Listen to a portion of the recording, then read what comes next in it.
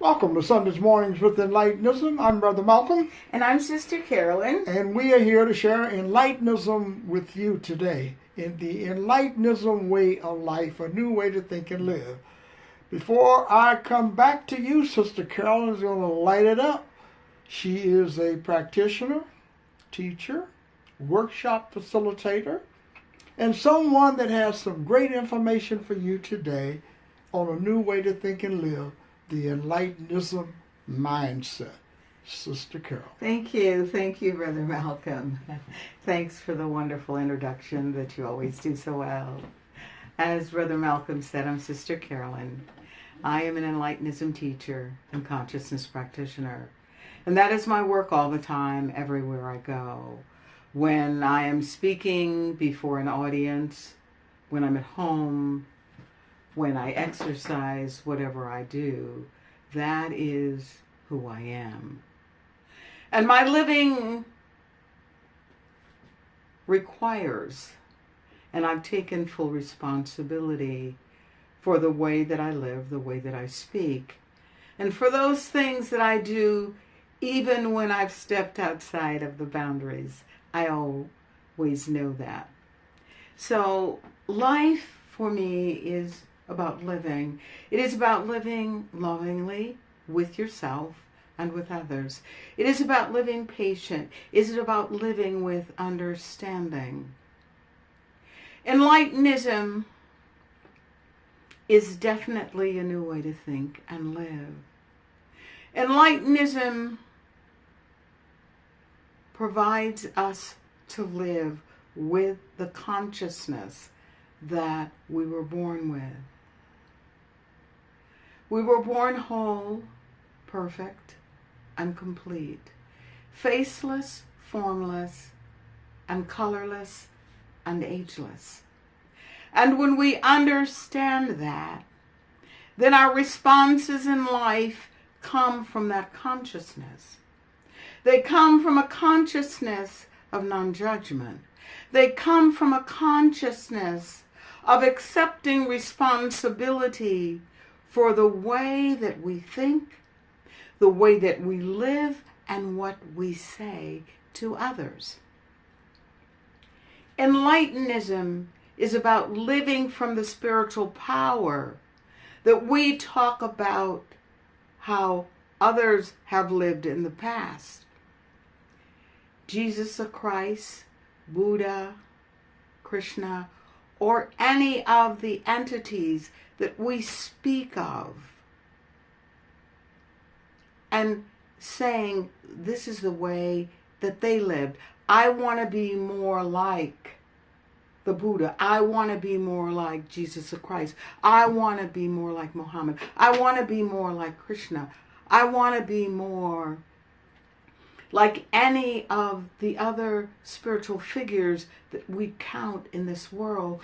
When you say that, then you were forgetting about the wholeness that is within you. That you also are a spiritual being. But along life's journey, you have picked up ideas and attitudes that don't allow you to use the power that you were born with. That power that trusts itself. That power that is self-reliant. That power that is within you. That power that speaks not from the age, not from the color, not from the form, but it comes from that clear place that knows none of those descriptions that we have learned along life's journey. Enlightenism is very simple. The application of Enlightenism is the work. The work that we apply when we are out with friends, when we are with family, when we are doing anything. What happens so often is we don't consider that spiritual. We consider maybe going to the temple, going to church. We consider that is a spiritual act. But the spiritual act of Enlightenism, once we claim it and take responsibility for who we are aware of being, then that's when the work starts. That is when the work begins. Because the idea of Enlightenism is for you to create a clear vessel, a vessel of clarity, a vessel of love, a vessel of understanding, a vessel of honor, a vessel that you can move through any terrain in. Makes no difference where you are. You are living from this power within, this power that we call Enlightenism.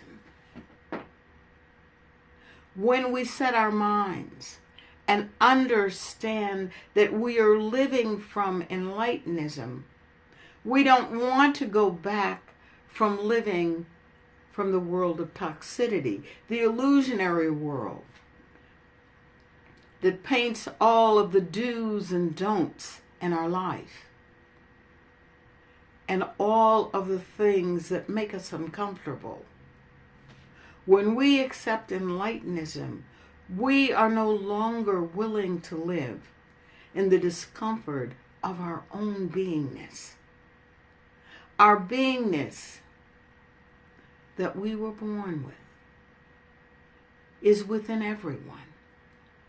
And we can choose to keep the mindset of toxicity and illusions and move through our life not very comfortably, but we move through our life. And the idea of Enlightenism is that we move freely, we move clearly, and we move with purpose. We move with responsibility. We move with self-reliance. We trust ourselves in knowing who we are in every situation. The idea of this book, Enlightenism, the idea is clearly stated.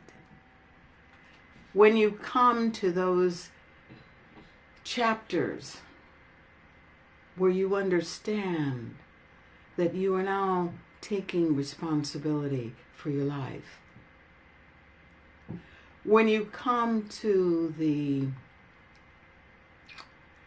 idea that you are whole, perfect, and complete, when you accept this with no hesitation and not question who you are or the goodness that is within you, then and only then do you move to the area of responsibility. When you read from the 10 principles, and I ask you that you take each principle for a week and just move within that principle to see how you began to change your life. Enlightenism is about a new way to think and live.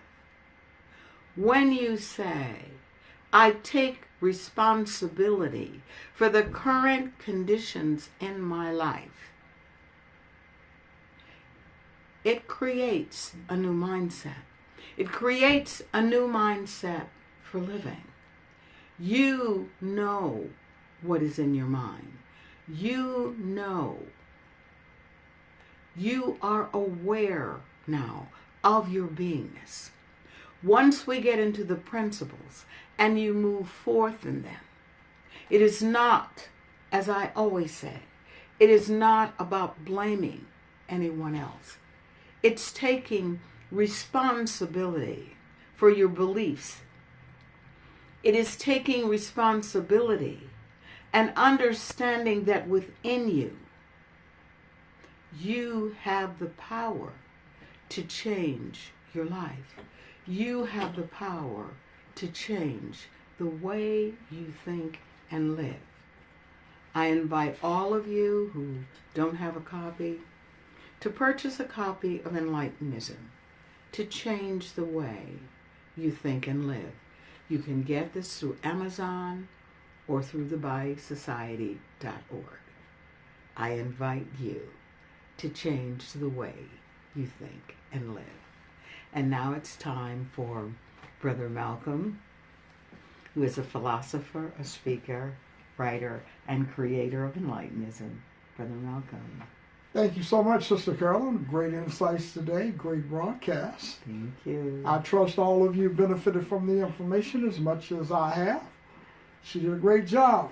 Thank you. Dealing with Enlightenism, folks. That's what we do here on the broadcast. I'm Brother Malcolm, coming to you live from the Enlightenism Zone. I want to thank all of you for stopping by to check on us to see what we're talking about. We're talking about Enlightenism and the greater power within you.